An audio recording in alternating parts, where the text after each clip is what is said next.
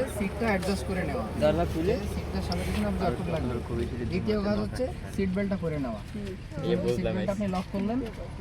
তারপরের কাজ হচ্ছে যে আপনি যখন এরপরে তো আমরা সাধারণত ড্রাইভে যাই, কিন্তু ড্রাইভে যাওয়ার আগে একটু গাড়ির কোন কন্ডিশনটা আছে এটা বুঝে নেওয়া। দেখা যাচ্ছে আপনি যখন চাবিটা অন করবেন, চাবিটা অন করেন, প্রথমটা হচ্ছে এই যে ক্লকটা অন হবে প্রথম গুলিতে, এসি যেটা এসি পাবে। তারপরে না না আন্টি অনে চলে গেছে একবারে। প্রথম একটা গুলি দেন ছোট, আন্টি কি আছে এটা সবগুলো একসাথে। তারপরের গুলিতে মিডিয়াতে লাইন পাবে। ও এই যে পুরোটা এটা হচ্ছে ড্যাশবোর্ড।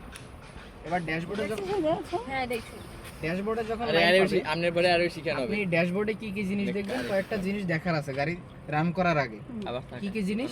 একটা টোটাল 4টা মিটার আছে। 4টা মিটারের মধ্যে প্রথম মিটারটা ফুয়েল মিটার, তারপর এটা হচ্ছে স্পিড মিটার, না এটা হচ্ছে ফুয়েল মিটার, এটা হচ্ছে স্পিড মিটার, এটা হচ্ছে আরপিএম মিটার, লাস্টেরটা হচ্ছে টেম্পারেচার মিটার। এবার আপনি যে ফুয়েল মিটারে কি দেখবেন, যেখানে 3টা ধাপ আছে, এফ, পেট্রোল পাম্পের একটা চিহ্ন আছে, ই আছে। এবার কাটা যদি ইতে নেমে আসে তার মানে আপনার এমার্জেন্সি, আপনার গাড়িতে ফুয়েল একেবারে কম, যে কোনো সময় বন্ধ হয়ে যেতে পারে। পেট্রোল পাম্পের চিহ্নটা দিয়ে বোঝাচ্ছে হচ্ছে আপনার গাড়িতে ফুয়েল হচ্ছে বা জ্বালানি হচ্ছে অর্ধেকের পর্যায়ে নেমে আসছে। আপনি যদি সামনে পেট্রোল পাম্প থাকে আপনি পাম্পটা ভরে নেন, ট্যাঙ্কটা ফুল করে নেন। সেই চিহ্নটা হচ্ছে এই যে মাঝখানে যে চিহ্নটা, এই যে পেট্রোল পাম্পের চিহ্ন। হ্যাঁ এইখানে যেমন কাটাটা বর্তমানে এখানে আছে না, হ্যাঁ উপরে আছে, হালকা উপরে দেখা যাচ্ছে। এইটা যদি পাশাপাশি থাকে তার মানে আপনার পেট্রোল পাম্পে যাইতে বলতেছে গাড়ির নিয়ম অনুযায়ী। আর এফে থাকা মানে ট্যাঙ্ক ফুল, এফ হচ্ছে ফুল, ট্যাঙ্ক ফুল আছে, জ্বালানি পুরো ভরা, এফ দিয়ে এটা বোঝাচ্ছে।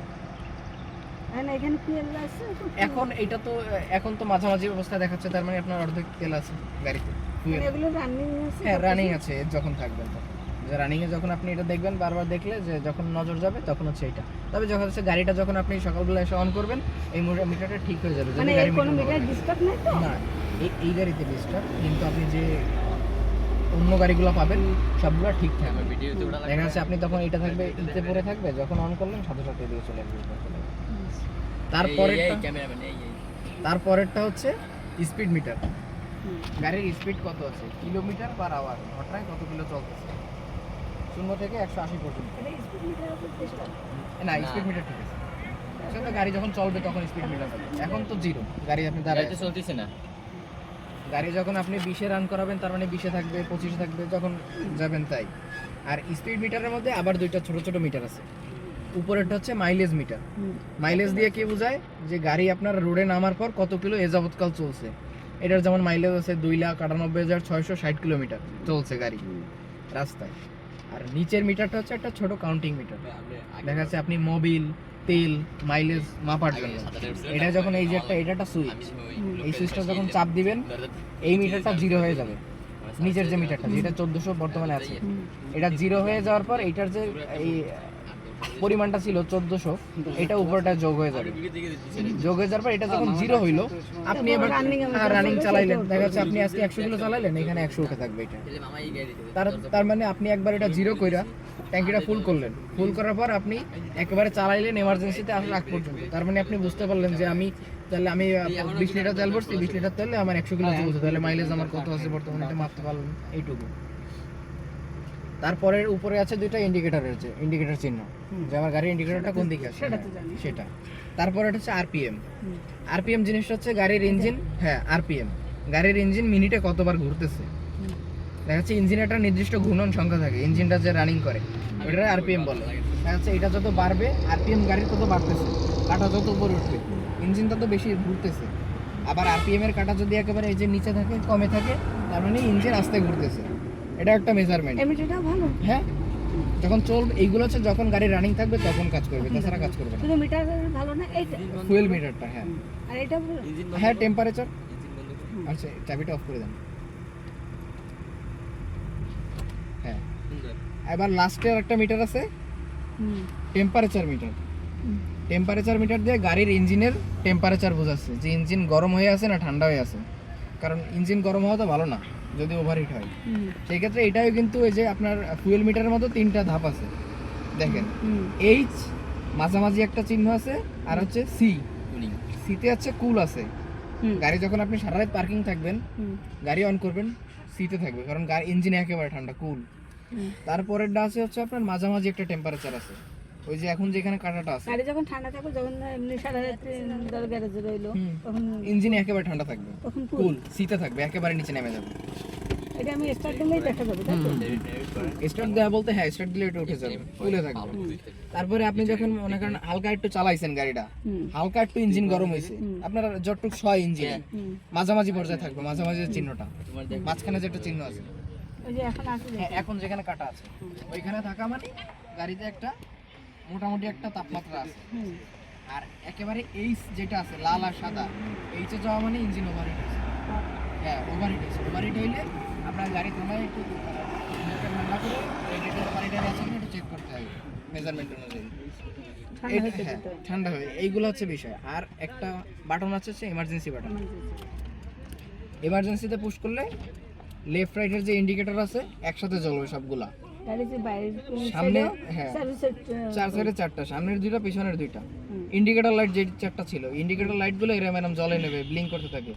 এটার কারণ হচ্ছে আপনি যখন ব্যবহার করবেন দুই তিনটা ক্ষেত্রে কাউরে ওভারটেক করবেন। ওভারটেক কেন করবেন? আপনার এমার্জেন্সি একটা কাজ আছে, তাড়াতাড়ি যাইতে হবে, এখন আপনার সামনে একটা বাস অথবা ট্রাক আছে, আপনি তার পিছনে, আপনি যদি তার ওভারটেক করতে চান, আপনি ইন্ডিকেটর দিয়ে ওভারটেক হয় না। ইন্ডিকেটর দিয়ে বোঝায় কি যে আপনি গাড়ি কোনো দিক থামাবেন অথবা আপনি কোনো লেনে ঢুকবেন, কিন্তু ওভারটেকিং জিনিসটা সম্পূর্ণ আলাদা।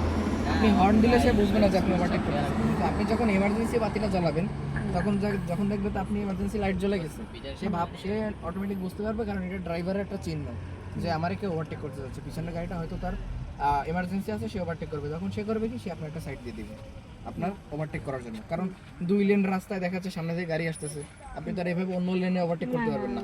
তখন আপনার অ্যাজ এ ড্রাইভার আপনার একটা দায়িত্ব আছে, তারও একটা দায়িত্ব আছে যে সে গাড়িটা রাস্তার সাইডে নেবে, একটা নির্দিষ্ট অনুযায়ী আপনারা বের হয়ে যাওয়ার সুযোগ করে দেবে। এটা হচ্ছে এমার্জেন্সি লাইটের কাজ। এটা হচ্ছে এসির জন্য, এটা আলাদা এসি। এগুলো হচ্ছে অন্য, এগুলো হচ্ছে আপনার অতটা ইম্পর্টেন্ট না, এগুলো হচ্ছে গাড়ি চালাবেন তখন বুঝবেন, এগুলো মেয়ে দিয়ে বুঝাই দেবেন আস্তে আস্তে। কি এসি কে সিয়ে তো এসি এসির কাজ। এটা দিলে মনে হয় এসির বাতাস বেরো না না মানে এটা সি এসি সুইচ, এটা টিপ দিয়া এসি ফ্যানে অফ আছে, ঠিক আছে, ফ্যানে এই এইতে দিয়ে অটোতে দিলে এই অন হইছে হয়, এইসে দিয়ে লো হালকা হালকা বাতাস বেরিয়ে যাবে, আর এসে দিয়ে এইসে হাইতে দিলে এটা একদম ফুল গরম বেরিয়েছে, মানে ঠান্ডা বেরিয়েছে বেশি জোরে। এবারে তারপরে এই এসি বন্ধ করে শীতকালে যখন আপনার গরম বাতাস লাগবে তখন এই এসি ইকোন লেখা আছে, এটা টিপ দেওয়া লাগবে, টিপ দেওয়ার পরে এটা টিপ দেওয়া লাগবে, ফ্যান অন করা লাগবে, অন করে তারপরে এই টিপ, এই দেখছেন এই যে দেখছেন এইও কিন্তু আছে, এই অন করলে গরম বাতাস বেরিয়ে যাবে।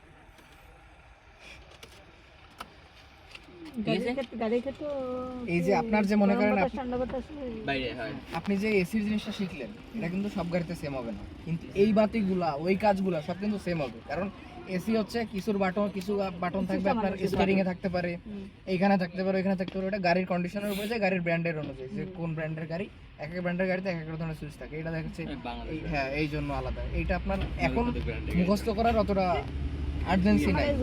আপাতত যেগুলো হচ্ছে সব গাড়িতে সেম থাকবে এমার্জেন্সি কাজের জন্য, ওইগুলো আপাতত শিখতে হবে। এমার্জেন্সি বাতি, এটা হচ্ছে এমার্জেন্সি লাইট, জ্বালাইলেন এমার্জেন্সিতে আছে গাড়ি, অফ করলেন এমার্জেন্সি নাই আপনার শেষ।